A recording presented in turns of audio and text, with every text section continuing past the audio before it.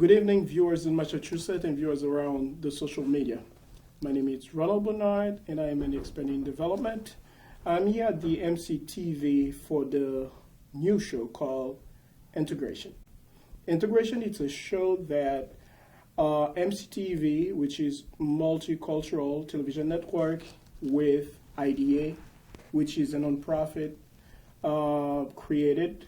The idea is Immigrant Development Alternatives.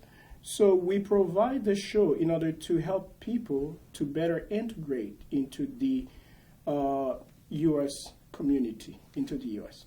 So for the first show today, we have the chance to have with us Elena Raileanu, who is a career coach. Good evening, Elena. Hi, Ronald. Thank you, Elena, for accepting our invitation to be at the show. And I believe, like all the viewers, they're going to benefit from all your expertise and everything that, can help them to resettle in terms of finding job in the U.S. So, Elena, you're a career coach. So many people, they probably don't understand, okay, career coach, or they're looking for a job or career. So what is, as a career coach, what do you do? As a career coach, depending on the needs of every client that I work with, I help them identify what they are looking for in their ideal job, what would they make them happy, and then lead them on the path of finding that job. Okay, because I could imagine myself when I graduated from my master's, when I'm looking for a job, it's okay, what should I do, and where should I go, what kind of position to apply, all of that. So based on the needs you're talking about, many people, and even if I can say me as well in the past, so when people ask people to submit a resume, and along with the resume submit a cover letter, why all of that? So why I cannot submit just a resume, and why I have for some position I have to submit a cover letter? Mm-hmm. Some companies will require that you submit a cover letter along with your resume, and that is because for some jobs, to be successful in certain jobs, it is important that you have professional writing skills. And so a cover letter is the best way to prove those. Another good reason to have a cover letter is that sometimes your resume may not have a clear career progression. You may be working in marketing, and maybe then you worked in HR, and now you're looking to work in human services. A cover letter explains your career path and your ultimate goal, which should be, and now I want to work for your company, in this role that I'm applying for. Okay, so from what you're saying, a cover letter, someone cannot just take exactly what is in the resume and put it in the cover letter. No, as if you have different fabrics, so your cover letter stitches them all together. It explains the why behind every move that you've taken, so that it convinces the future employer that the next logical step in that career is that company and that role. Okay, wow. Okay, so that's a plus, for people to know about, because people might think okay, a cover letter, just whatever I put in the resume, just put it in the cover letter. So, for instance, if you receive a resume, what's gonna make you feel this person is outstanding, or even to give the person a phone call, a phone screen, a phone call to screen the person? What can attract you, in a resume when you see it? Yeah. For recruiters to see a resume and say, this resume is outstanding, to use those exact words, they would have to see a clear career progression. For example, somebody worked as a sales agent, then moved into an associate manager role, and then later promoted to a manager role. They might also have an education coming from a good school. They might also hold certifications that are difficult to obtain. And perhaps they also work in a company that is known to be a very good place to work. So in ensemble, that group of elements on your resume is very impressive. Now, will the recruiter call the person behind this resume is a different question. Okay. Because there we're thinking as playing puzzles. We have the company, we have all the pieces, and we're missing that person who left. The company who have separated from the company, so we're missing to replace the person. So we're looking for someone who'll fill those shoes and potentially do even better. Okay. So we're looking for a match, basically. Okay, wow. You mentioned the word impress. So, like, you receive a resume, and the resume is outstanding, along with the cover letter, showed the writing skill of the person. And now you have a phone screen, and on the phone screen, how the person can impress you back. Because I think this is the tip point, like impress. So what is the magic in that? Like how people can impress, you know? Yeah, so it is helpful for the candidate to know as much as possible about the company and about the job before that phone call. And I am quote unquote impressed, but more so satisfied when I'm asking if they have certain skills and they can prove that they do, if they can talk about a certain experience that I'm looking for in the ideal candidate. So my sentiment is more of a satisfaction that I found what I've been looking for. Whereas I can be impressed about a person at the networking event, but I don't quite have the job for that person, even though I'm wowed by them. Okay, wow. Yeah, networking event, as you mentioned about it. So I'm looking at myself, like when I first, people talk to me about networking, and I don't really understand. Like, so I remember because I work as a teacher as well. So as a teacher, I remember I thought about networking, and people, they just automatically think of, computer and other stuff. So Okay. if we're talking about networking in the context of career, job, so how is it important, like networking? Yeah, it is very important. A lot of the times I'll talk to my friends, family, neighbors, and other people, and they will tell me that they finally landed a job where they're really happy. And a lot of the times you'll find that somebody has recommended them for that job, which is a win-win on both sides, because you get a strong recommendation, then you get in front of the hiring manager, but also the person who is recommending you might get a referral bonus. So there's a win-win on both sides. We're networking every single day. We are at a bus stop and somebody comes and asks us a question. Mm-hmm. We might turn around and see they don't look like us.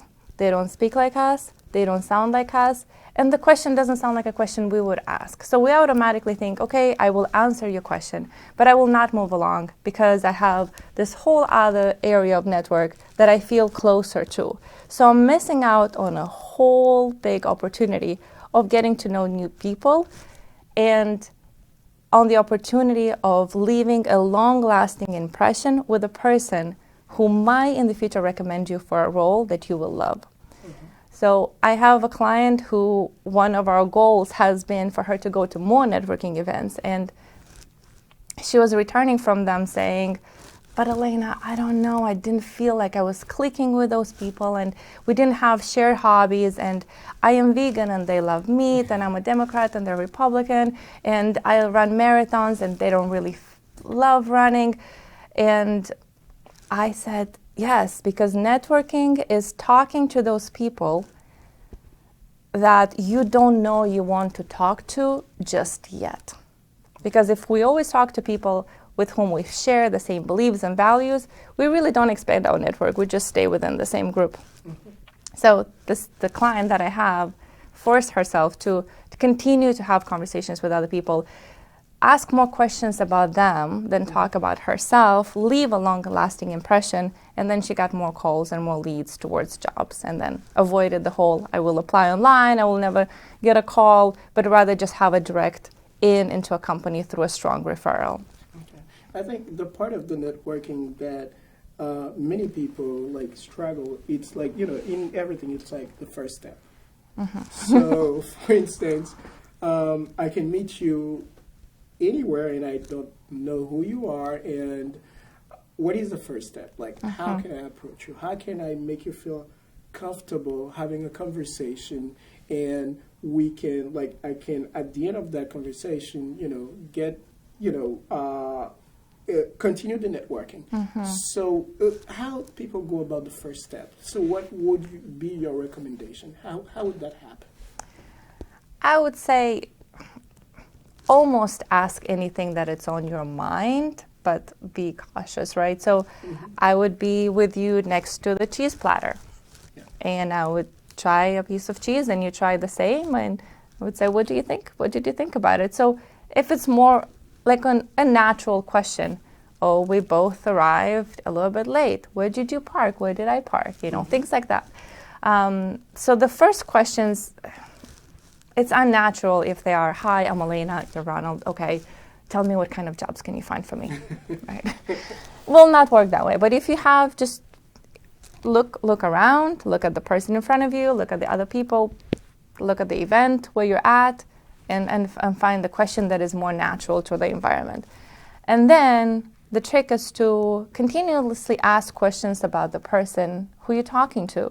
And then we're told that we have to act as active listeners, nod and look at the person. But in fact, if we're really listening, then that sort of behavior will come natural, right? And what we want to do in that case is make that person feel comfortable, and happy about talking to you. And they have to remember about you just 3 things. This is Elena. She's very nice to talk to, and she's a career coach. That's all. So you have your agenda of 3 items that you need to push, and then the rest of the conversation, let it be about them, so that they leave thinking it was nice to talk about Elena. She was not all about herself. She was interested in me. And then one day somebody needs a career coach. Guess what? Hey, Elena, remember I met you at the, networking event.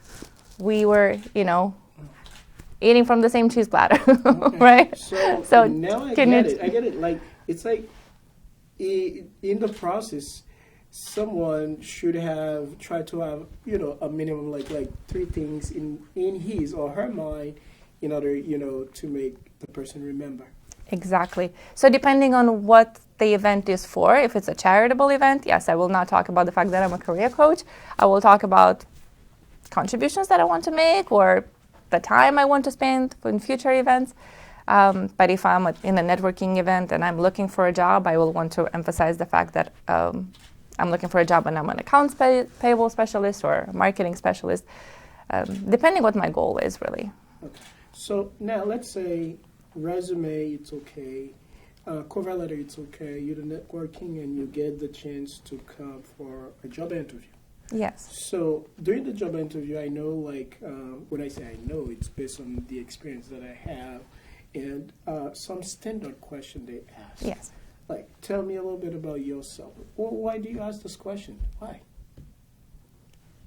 Because we want to know, when I say we, I mean as a company, okay. And I represent the company I work for, that besides the fact that you have the skills necessary to do the job, for example, you are proficient in a certain software or you have experience in a certain field, I also want to know you are a good person. Mm-hmm. Because bottom line is, at the end of the day, I will work with you hand in hand, right? So I want to, there is a company that has it on their website under all of their jobs.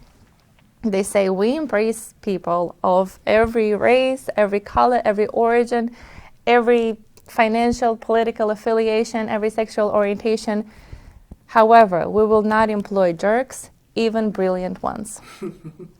So that goes back to the fact that when we say, tell me a little bit about yourself, mm-hmm. We're looking for you to explain concisely your career path, and also we're looking for you to emphasize the fact that you want to work here and why. But then overall, we're looking for a person who I can envision myself working with. Okay. Wow. Okay. Tell me about yourself, a person you envision to working with. And so if I finish to tell you all the good thing about myself, and you ask me, okay, tell me a little bit about your weakness. So why this question? I tell you all the good things. So Right. why now you want to know my witness? Because the employees who are the most efficient are the ones who are continuously learning and are better versions of themselves than they were yesterday. But of course, learning is not easy, and trying new things is not always, doesn't always turn out the way we want to, right? And so we're looking for people who understand where their imperfections are and things that they're still working on.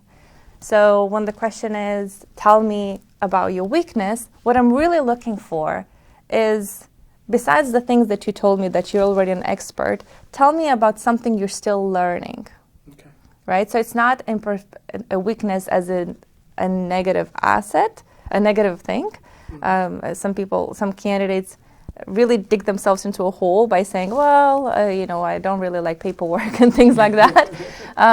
But rather we're looking for something you're still working on, something you're still learning, and then tell us, how do you think you will get there? So even if it's a negative question, right, a weakness, we're still looking for a positive answer. Okay, so all of you are, as we mentioned in the beginning of the show, it's integration. And integration is a show that comes from the partnership between Immigrant Development Alternatives, IDA, and MCTV, which is Multicultural Television Network. So integration gives you the opportunity, to know and understand and have information, things that are going to help you to better resettle into the U.S. community, and you can, eventually make better decisions about your life. So we, as I mentioned, we have Elena Raileanu, who is a career coach, and she just talked with us about some good and useful tips about job seekers, like when you're looking for a job, how you go about, like her job as a career coach, her point of view about, candidate, what is a good candidate for a company, like to fill the needs of that company. But also she talks about some questions, and we will have like more time in another series to talk more with Elena about more of tips that can help people, because people, when they resettle, one of the first thing they ask is job. Like, I need a job. And when they ask, I need a job, so now it's how you go about that, how you can help them, how you can tell them, okay, this is how you go about job. And some people, for instance, even people here in the U.S. and people who are coming here, it's still challenging. Like, I remember someone told me, it's not someone told me, I remember I read it somewhere, it's like looking for a job, it's a job. Of course, absolutely. Yeah, so Elena, what is a kind of advice would you give to job seekers who kind of, maybe some people, I apply for jobs, I cannot find job, I've been applying that long and I cannot find, and some people, each time I apply, I am not qualified or I'm overqualified. So what is a kind of advice? I know it's a little bit general, but just a piece of advice you'd like to give to the job seekers who are listening to us right now. Yeah. I understand that we live in a day where there's a lot of instant gratification. I don't have a car, I need to get up to a place, I have a car, a share ride, right? I need to find information about something, I'm hopping online and it's right there. I need a product delivered overnight, there's a company who does that. So everything I pretty much want, it is available to me. And for very little effort, right? And sometimes when we apply for a job, some applications are really lengthy, right? So working on a resume takes a lot of time to make it perfect. And then the applications can be really lengthy and it takes a lot of time and a lot of attention to detail. So you have sent your application and now you're waiting for a week, for 2, and you don't really know if you are considered for the role.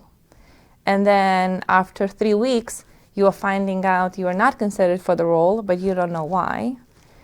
And so you keep applying for jobs, and then you get the same response in the same, time periods. So it really feels like a series of broken relationships in which, it's them and it's not you, but you really don't know how to fix it. And there's no closure, right? No employer calls you and says, Elena, you didn't get the job because XYZ. Mm-hmm. So sometimes that unknown is even more frustrating.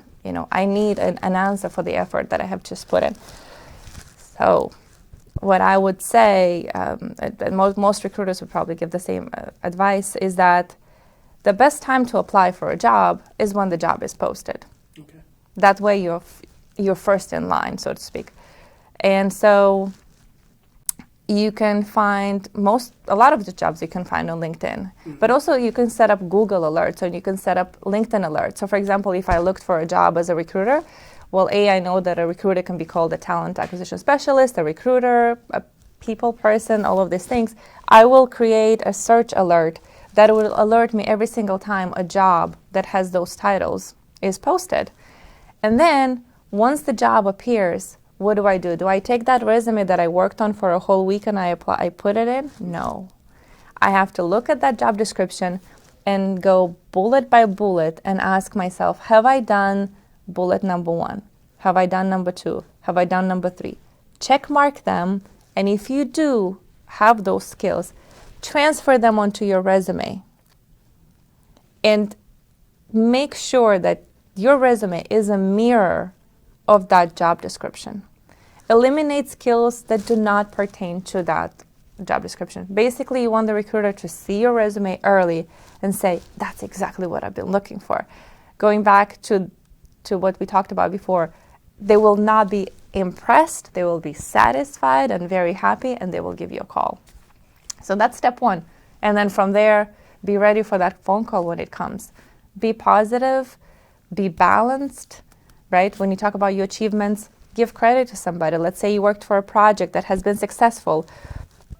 So you're talking about it as if, it was all you, but balance it out by giving credit to maybe your mentor or somebody on your team who has also contributed. So you want to come across as positive, but also as a balanced person who ultimately, is desirable in terms of I want to work with this person.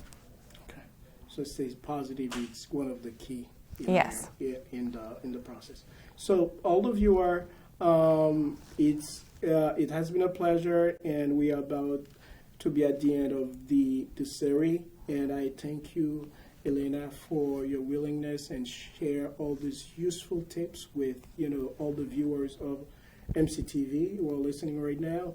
And we're gonna continue with those kind of show in order to help everyone in the community in Massachusetts so they can have better information, they can have better understanding either for job or other aspect based on their needs in order to resettle, in order to better integrate into the U.S. community. So one more time, my name is Ronald Bernard, and I am glad to present today the first series of Integration, which is the show that gonna provide information to the public in Massachusetts.